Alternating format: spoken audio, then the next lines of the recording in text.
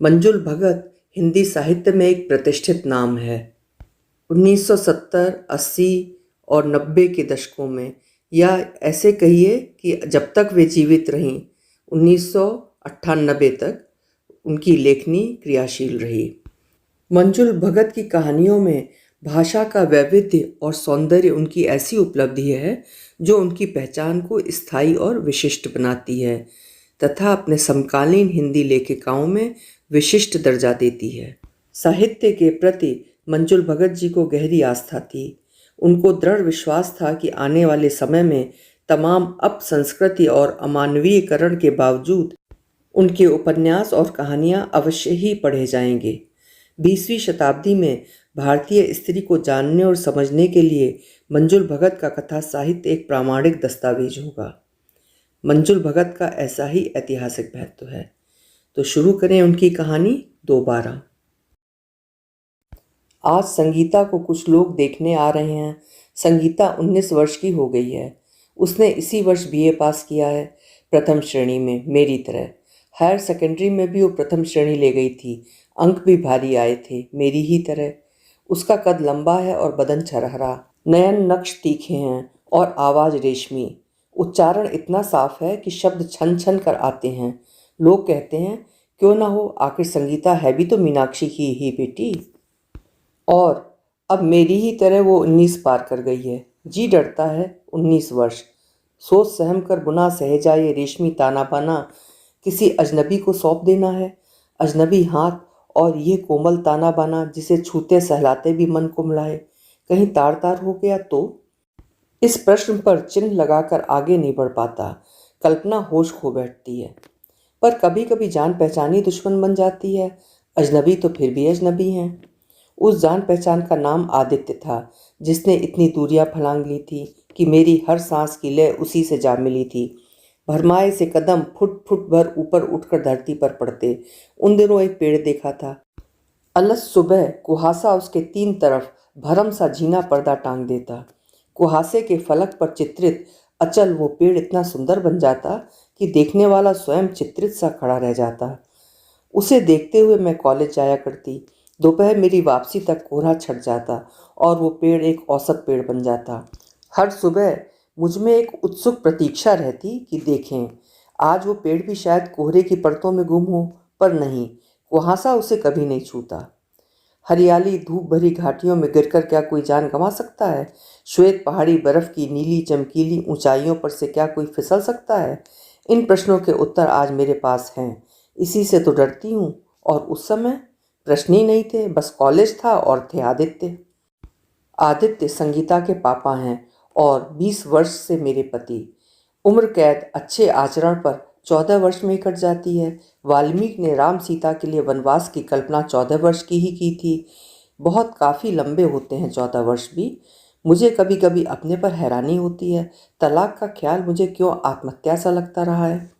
इन 20 वर्षों ने मुझे फिर से गढ़ कर रख दिया है। संगीता को लेकर मैं बहुत बुज़दिल हो गई हूँ। हरदम उसे प्रवचन सुनाया करती हूँ।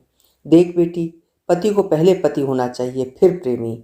पति यानी जो तेरी पत रख सके, पुरुषार्थी, कर्मठ और उसूलों का पक्का। सुंदर पुरुष तो अधिकतर खोखले होते हैं। अपना आंतरिक व्यक्तित्व संवारने के बजाय बाहरी शरीर को ही सजाते संवारते रह जाते हैं। सुंदर पुरुष कहते समय आज भी आदित्य की 20 वर्ष पुरानी छवि उभर आती है। बहुत साफ रंग पर नक्श किया हुआ एक मर्दाना प्रोफाइल, ठोड़ी से कान तक खिंची पाषाणी रेखा, मेरे होंठों के आसपास कांपती एक अदम्य कुलबुलाहट, शरीर में दूर तक उतर जाती। बलिष्ठ बाहों में कुनमुनाता स्त्री तन, उन तमाम बिंबों को परे ढकेल कर ही बेटी को प्रवचन सुनाना पड़ता है। देख बेटी, अपनी प्रतिभा कभी नष्ट न होने देना। मैं तेरे लिए वर ढूंढूंगी, ऐसा जो दूसरे की प्रतिभा का भी उतना ही सम्मान कर सके जितना अपनी का। यदि स्वयं ही पूरा नहीं होगा तो पत्नी के गुणों पर उसे गर्व नहीं, ग्लानि होगी। पुरुष की एहसासे कमतरी को बर्दाश्त करने के लिए स्त्री में ऋषि मुनियों का सा धैर्य चाहिए। आदित्य कभी कभी दफ्तर से पिटकर आके बेतहाशा चिल्लाते हैं, पर मर्द की तरह दहाड़ने की नाकाम कोशिश किसी बूढ़ी औरत की चिचियाती चीख भर बनकर रह जाती है। फिर पीने का दौर और एक लिजलिजी आत्मदया। मैं आज कितना थक गया हूँ। मैंने सवेरे से कुछ नहीं खाया। बस बसों में धक्के खाए हैं। देखो जूता भी फट गया है, बस से उतरते वक्त गिर भी तो पड़ा। मैं तिलमिलाकर कहना चाहती हूँ, बंद करो ये राण रोना। तुम पुरुष हो आदित्य, अपनी सामर्थ्य के अनुसार कमाते हो, सवारी भी उसी के अनुसार लेते हो। फिर ये बेबस बेवाओं जैसा कल्पना कैसा? अपनी गत संभाल कर रखो आदित्य, तो कदम जहां भी पड़ेगा इज्जत ही मिलेगी। पर आदित्य अपनी हीन भावनाओं को शराब के प्यालों में डुबो देना चाहते हैं। अब तो प्याले पैमाने भी नाकाफी पड़ने लगे हैं। अब वो अपनी रूह समेत सीधा बोतल में ही उतर जाते हैं। बोतल में बंद आदमी, सिकुड़ा सिमटा मुड़ा मरोड़ा झुका हुआ आदमी, एक मिनिएचर जिसे ओरिजिनल की नकल भी नहीं कह सकते। वो केवल ओरिजिनल का सत्यानाश है। वो शेर का सा सख्त जबड़ा ढलक गया है, आंखें दो खाली कटोरे हैं। खाली कटोरा कितना बेमानी लगता है, उसका अस्तित्व ही उसके भरे होने से बनता है। कटोरों के नीचे स्याह गड्ढे हैं और कोरों पर कौवे के पंजे। कभी ख्याल आ जाता है उन आँखों का, जब वो प्यार के आनंद से लबरेज रहा करती थीं। मैं उस छवि को परे ढकेल संगीता को शिक्षा देने लगती हूँ। बेटी, बहुत पैसा भी बर्बाद कर देता है। ठीक है, पैसा हो तो लतें पालने की बिसात बनी रहती है कुछ देर। तेरे पापा की तरह घर के घी दूध में कटौती करके तो बुलबुल नहीं पालनी पड़ती। सक्षम देखा जाए तो मध्यम वर्ग ही है, महत्वाकांक्षी और कर्मयोगी भी। ये लड़का जो आ रहा है वो मैंने तेरे लिए नहीं देखा, तेरी बुआ ने तय किया है। हाँ चलो देख लेते हैं, देखने में हर्जी क्या है। बस संगीता तू मत फिसल जाना, जब तक हम सब कुछ मालूम नहीं कर लेते उसकी था नहीं ले लेते। तभी इतनी देर से चुप संगीता बड़ी जोर से हंस पड़ी थी। मम्मी, लगता है तुम्हारी ही दोबारा शादी हो रही है और इस बार तुम खूब चॉइस चाहती हो। एक ही से प्रेम हो जाए तो बंधन हो जाता है ना उसी से शादी करने के लिए। पागल है, अगर पहला ही लड़का खरा उतरा तो भला मैं क्यों मना करूँगी। नहीं मम्मी, हम खूब सारे लड़के देखेंगे, ढेरों ढेर। खूब तफरी रहेगी, यहाँ वहाँ सब जगह बैठकर लड़के देखेंगे। कभी मोरिया के बुखारा के खुश्क खाने का मज़ा लेंगे, कभी ताज की हवेली का तर माल खाएंगे और खिलाएंगे। पर ब्याज के लिए जमा की तुम्हारी पूंजी इस देखने दिखलाने में ही काफूर हो गई तो तू क्यों घबराती है? वो सब तो मेरा जिम्मा है, तेरा नहीं। तब ठीक है, मैं अपना जिम्मा निभाऊंगी। For your sake mummy, I shall not allow myself to fall in love. पर इसका जिम्मा कौन लेगा मम्मी कि सामने वाले को भी मुझसे इश्क ना हो। तू सामने वाले की भावनाओं में मत बह जाना संगीता, मैंने घबरा कर कहा। तो संगीता और ठठाकर हंस पड़ी। वैसे तो मम्मी उसके घर वाले भी समझा बुझा कर ही लाएंगे उसे, पर फिर भी वो फिदा हो गया तो। नहीं नहीं संगीता, तू बहकना मत किसी भी हालत में। बस तू तू आज भर के लिए अपनी माँ बन जा, अपनी उम्र भूल जा। माँ की नज़रों से जांचना परखना, सोचना तू अपने जिगर के टुकड़े को उसे सौंपने जा रही है। और तुम मम्मी, फिर तुम उसे किस निगाह से देखोगी? इस बार संगीता अपनी नाक मेरे गाल से रगड़ कर निर्लज्जता से हंसती। पल भर को लगा संगीता उतनी नासमझ भी नहीं है जितना मैं उसे समझती हूँ। फिर भी मेरी वह उससे दोगुनी है। जितना मुझे अनुभव है उतना उसे कहाँ से होगा। अनुभव के नाम पर फिर से आदित्य का नुचा हुआ चेहरा सामने घूम गया। यही थी मेरी अनुभव संपदा, एक सुदर्शन शरीर को पल पल झुलसते राख होते देखना और लगातार 20 वर्ष तक देखते ही रह जाना। जीवन की हर कड़वाहट, हर जहर बुझे तीर का दंश मुझे बेटी की ओर लौटा लाता है। सब कुछ तो तेरे सामने ही घटता रहा है संगीता। तू तो जानती है तेरे पापा का और मेरा प्रेम विवाह था। डरो नहीं मम्मी, मैं तुम्हारे जैसी नहीं हूँ। क्या? संगीता लाड़ से मुझसे चिपट गई। Oh my sweet sweet mummy, my poor simple mummy. लड़के वालों से पहले आदित्य ने ही घर में कदम रखा। कदम क्या, लड़खड़ाते लहराते कई कदम एक साथ रखे। आदित्य, जानते हो आज घर में कौन आने वाला है? उत्तर में आदित्य जूते समेत सोफे पर पसर गए। तब उलाने ताने बदतरफ कर उस नशे को उतारने छिपाने की चिंता हुई।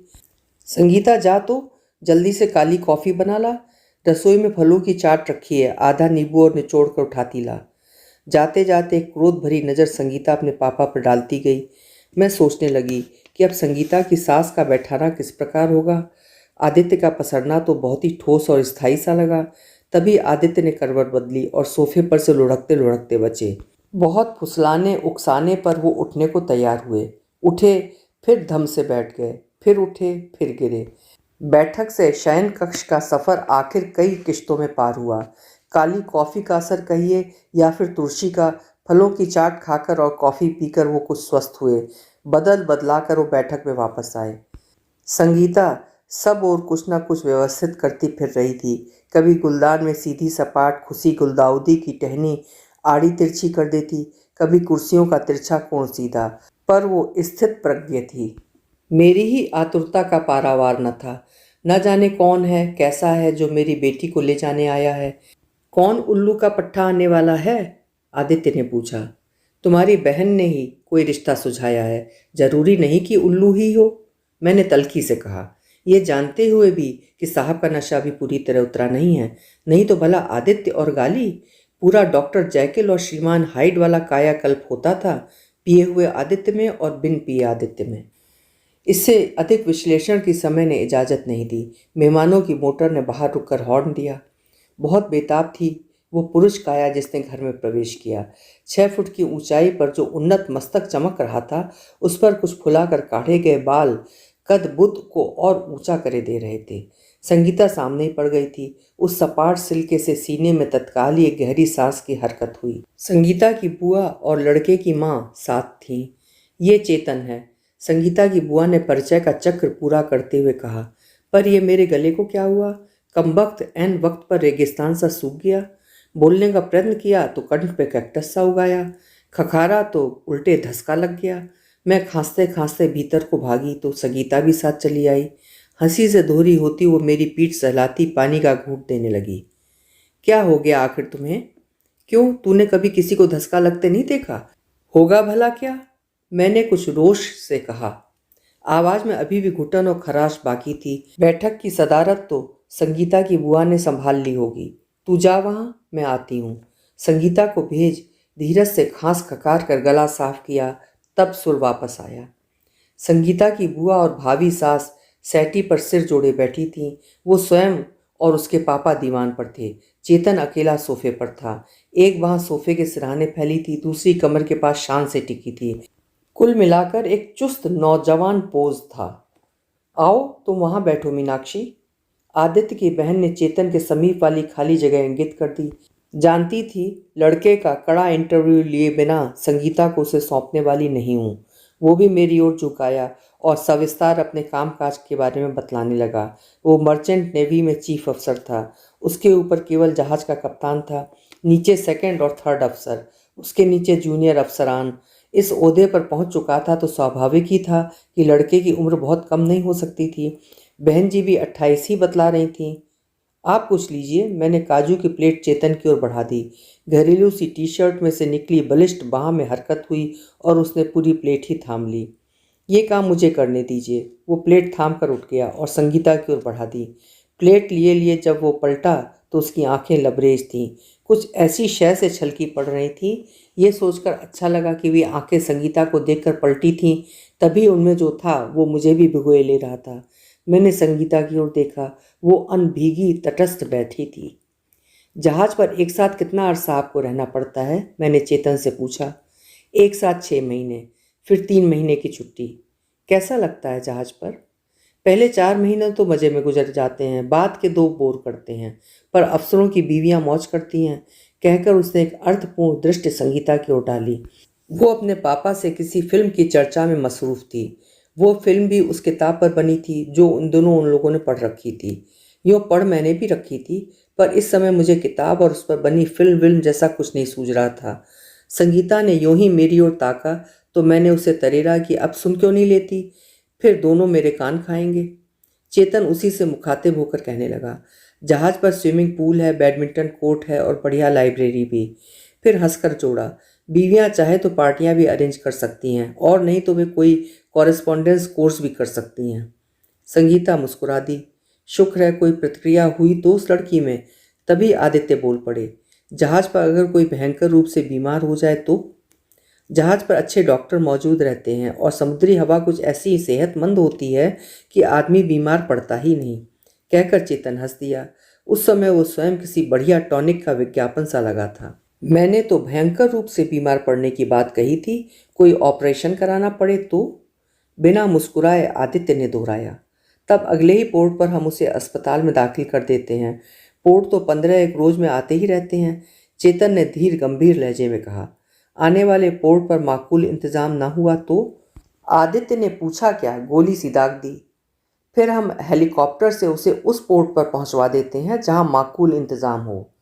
अगर किसी की बीवी माँ बनने वाली हो तो? आदित्य चेतन को कटघरे में से निकलने ही नहीं दे रहे थे और मैं चाह रही थी कि नाश्ते से सजी प्लेटें कुछ तो आगे बढ़ें। लगा ये तो लड़के को उखाड़ कर ही दम लेंगे एकदम से। चेतन कुछ झेंप सा गया, फिर सीधा संगीता की ओर देखते हुए बोला, उस हाल में वो पहले 6 महीने तक ही जहाज पर रह सकती हैं। फिर तो जब बच्चा 1 साल का हो जाए तभी वापस जहाज पर आ सकती हैं, कहकर चेतन ने नजरें झुका लीं। यानी इतना लंबा सेपरेशन? इस बार मेरे मुंह से निकल गया। चेतन ने कुछ ऐसी निगाह से मेरी ओर देखा कि जैसे कह रहा हो कि अब कहीं ना कहीं जरा सी मात तो हर प्रोफेशन में खानी पड़ ही जाती है। फिर संगीता की ओर याचक की सी दृष्टि उठाकर उसने टप से बोल दिया, पर मुझे हर 6 महीने बाद 3 महीने की छुट्टी भी तो मिलेगी। वो मैं लैंड पर फैमिली के साथ बिता सकता हूँ। बात व्यक्तिगत होकर मुख से निकल गई थी। चेतन का मुख भी आरक्त हुआ आया, बड़ा मोहक और भला सा लगा उस समय वो। चेतन ने तो संगीता को हमारे यहाँ चित्रा की शादी में ही देखकर पसंद कर लिया था। संगीता की बुआ हंसकर बोली। मैंने उत्सुकता से चेतन की माँ की ओर देखा। वो इशारा समझकर बोली, हाँ हाँ क्यों नहीं, संगीता है ही पसंद आने लायक। राहत सी हुई सुनकर। चलो ये देखने दिखलाने की रस्म तो पूरी हुई। फिर छोटे बच्चे की पढ़ाई का क्या होता है? आदित्य पुराना सूत्र अभी तक थामे थे। चेतन जो अब तक इजी हो गया था फिर से सावधान की मुद्रा में आ गया। बच्चे की पढ़ाई तो बोर्डिंग हाउस में ही होती है, पर 12 साल की आयु तक वो छुट्टियां माँ बाप के साथ जहाज पर बिता सकता है। इस बार नज़र को बींध कर मैंने आदित्य को तरेरा। अरे भाई वो दामाद बनने आया है, कोई डाकू नहीं है जो तुम्हारी लड़की को यूं ही उठा ले जाएगा। सब प्रश्न तुम ही दागे जा रहे हो, उसने भी तो कुछ नहीं पूछा। आखिर उसकी भी तो कोई हैसियत है। 8-10 हज़ार रुपये माहवार कमाता है, आखिर अपने आप चलकर आ गया। तुम तो कौन सा चिराग लेकर ढूंढने निकलते। पर नशे की मर्दानगी कुछ ऐसी ठोस होती है कि नशा उतरने पर भी जाते जाते ही जाती है। आदित्य मेरे द्वारा घूरे जाने को एकदम नज़रअंदाज कर बोल पड़े। मर्चेंट नेवी अगर छोड़नी पड़े तो आप क्या करेंगे? छोड़नी क्यों पड़ेगी? यानी आप कभी घर भी नहीं बसाना चाहेंगे? हरदम खानाबदोश दोस्त सैलानियों की तरह? अगर मियाँ बीवी दोनों लैंड पर बसना चाहें, अगर मेरी बीवी यही चाहेगी तो मैं शोर जॉब यानी डॉग जॉब भी ले सकता हूँ। बस एक छोटी मोटी परीक्षा देनी पड़ेगी, कहकर उसने संगीता की ओर देखा और मुस्कुरा दिया कि कुछ तो मदद करो भाई, अगर मैं पसंद हूँ तुम्हें तो। पर संगीता पर कोई असर नहीं। ये लड़की है कि लकड़ी का कुंदा। खान पान के बाद वे लोग चले गए। चलने से पहले चेतन संगीता की बुआ के कान में कुछ फुसफुसाया। उन्होंने तत्काल ही अगले रोज सबका रात का खाना बुखारा में खाना तय कर लिया। कैसा लगा? मैंने ललक कर संगीता का माथा चूम लिया। बहुत बड़ा सा लगता है, संगीता लापरवाही से बोली। कोई बड़ा बड़ा नहीं लगता, देखने में कितना सुंदर है। सीधी तो मांग काटता है, संगीता ने मुंह फुलाकर कहा। तो शादी के बाद बाई कढ़वा देना। नाम बड़ा बेतुका है। कैसी बेतुकी सी बातें करती है। जहाज के चारों तरफ बस पानी ही पानी दिखलाई देगा, न मकान, न आदमी, न पेड़, न सड़कें। रोज रोज उन्हीं लोगों की सूरत कौन देखेगा? और ये तो सोचना, कूलिंग न वॉशिंग, 5 स्टार होटलों जैसी सर्विस, शाही जिंदगी है। नए नए पोर्ट पर उतर कर खूब घूमना। कह नहीं रहा था कि हर 15वें दिन तो पोर्ट आ जाता है। जहाज डूब जाए तो? ये छत गिर पड़े तो? घरवर तो कुछ होगा नहीं। अरे संगीता, कुछ तो एडवेंचर की स्पिरिट रखा कर। यूं ही डरती रही तो इस सीली सड़ी रूटीन में घिसटती रह जाएगी जिसमें मैं घुट रही हूँ। मैंने खींच कर कहा तो संगीता ने चौंक कर मेरी ओर देखा। तो मम्मी तुम्हारा फैसला उसकी तरफ हो ही गया, पर इतनी जल्दी? पर रात भर नींद नहीं आई। दूर दूर होते जहाज दिखलाई देते रहे और सब तरफ पानी ही पानी। दिल डूबने लगता तो घबराहट के साथ आंखें खुल जाती। सुबह के 2 घंटे हमारे यहाँ बहुत नॉर्मल होते हैं, यानी आदित्य पूरी तौर से समझदार और होश में होते हैं। गुम होश में उनसे बातचीत करना दीवार से सिर टकराने जैसा है, अपना ही माथा फूटेगा। सवेरे की चाय के समय उनसे खुलकर कुछ कहा और सुना जा सकता है। दोपहर से ही नशे की चिड़चिड़ी हुड़क उठ जाती है। शाम तक नशा गहराया रहता है और ढलती रात तक वो धीरे धीरे नींद की खुमारी में घुल मिलकर उतरता है। आजकल भी लाइट हाउस ही होते हैं जहाज की दिशा दिखलाने को। रात भर का बेचैन प्रश्न मैंने सवेरे आदित्य के सामने रख दिया। इस समय मैं अपने आप को कमजोर नारी के रूप में स्वीकार कर लेती हूँ। मन की समस्त दुर्बलता, कायरता बेपर्द हो जाया करती है। शायद इसलिए कि आदित्य इस समय समर्थ और सक्षम लगने लगते हैं। शायद सुबह के इन 2 घंटों के बल पर ही मैं बाकी का तमाम दिन झेल लेती हूँ। इस समय संगीता हम दोनों की बेटी होती है। आदित्य सहजता से हंसती है। अरे आजकल तो और भी बहुत से कठिन और जटिल यंत्र होते हैं जहाज़ों पर। विज्ञान कहाँ से कहाँ पहुँच गया। वैसे कोई खतरा वतरा नहीं होता अब जहाज़ों को।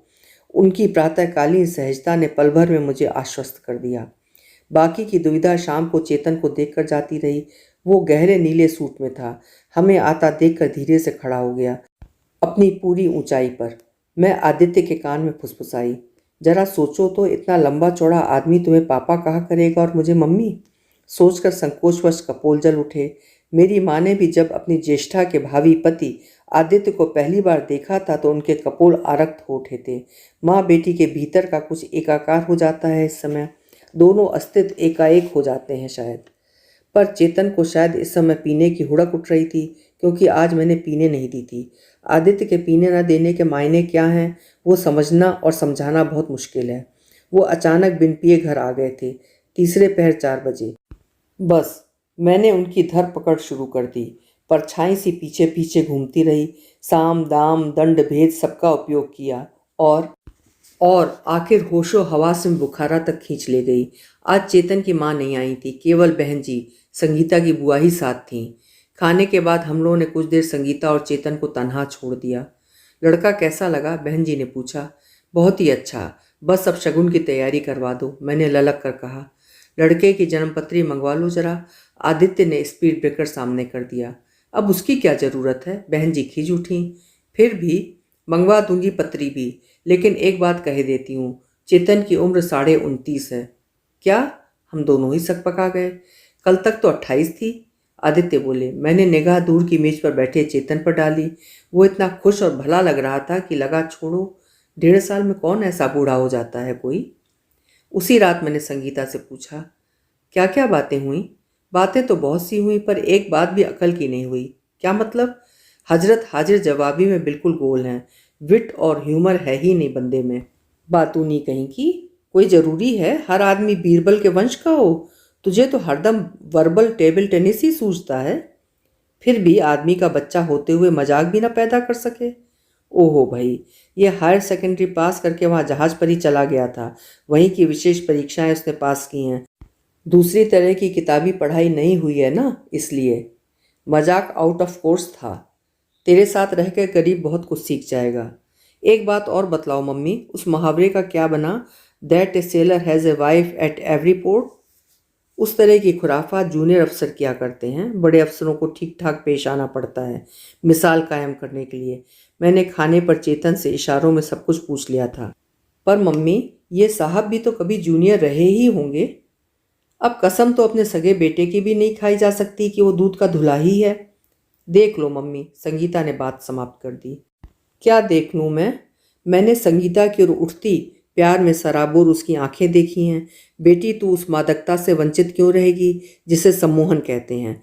मैंने जाना है वो सम्मोहित समर्पित पूर्ण पुरुष। आदित्य भूल गए हैं सब कुछ। मुझे याद है वो उत्तप्त चाहत, वो अविस्मरणीय स्पंदन। चेतन की कितनी ही मुद्राओं और भंगिमाओं पर जी धक से रह जाता है, जैसे 20 वर्ष पूर्व का आदित्य का ही मदनातुर पौरुष चला आ रहा हो। मुझ में आज भी साहस नहीं है उस प्रकृति प्रदत्त सत्य को नकारने का। हे भगवान, ये सब गलत हो रहा है क्या? तो तुम ही रोक दो किसी बहाने। आदित्य भी तो नियत की भांति मेरे संसार में टूट पड़े थे। दाहक प्रेम की वो आतुरता बांध तोड़कर बहते आते मदमाते जज्बात, क्या किसी के रोके रुकता है वो सब? अगर ये सब ठीक ही हो रहा है तो कैसी लगा करेगी संगीता उस देव पुरुष के पार्श्व में साधिकार खड़ी हुई। संगीता का रूप भी तो सार्थक हो उठेगा। पर वो लड़की कैसे कैसे सपाट सवाल किया करती है। इस वय में क्या कोई इतना ठंडा और व्यवहारिक होता है? फिर बड़े वेग से एक सिलसिला चल निकला। कभी बाहर तो कभी घर पर, दोनों परिवार घूमते मिलते रहे। इन मुलाकातों के बीच कहीं चेतन ने संगीता को बतलाया कि साढ़े वाढ़े कुछ नहीं, वो पूरा 30 का है। जन्मपत्री के आते एक छोटा सा हादसा और मेरे दिल पर गुजर गया। चेतन असलियत में 31 का निकला। चलो, ये तो आखिरी सच है, आदित्य ने तंज से कहा। दोनों की जन्मपत्रियां मिलाने पर 36 गुणों में से 26 मिल गए। सो चेतन की 31 की वह पूरी होने के बाद के 2 फालतू महीनों का तो जिक्र ही क्या। 31 को भी 30 31 ही कहकर टालने लगे। घर पुलक से भर उठा। मेजबानी में मेरे द्वारा सजाई मेज सदा दुल्हन बनी रहती।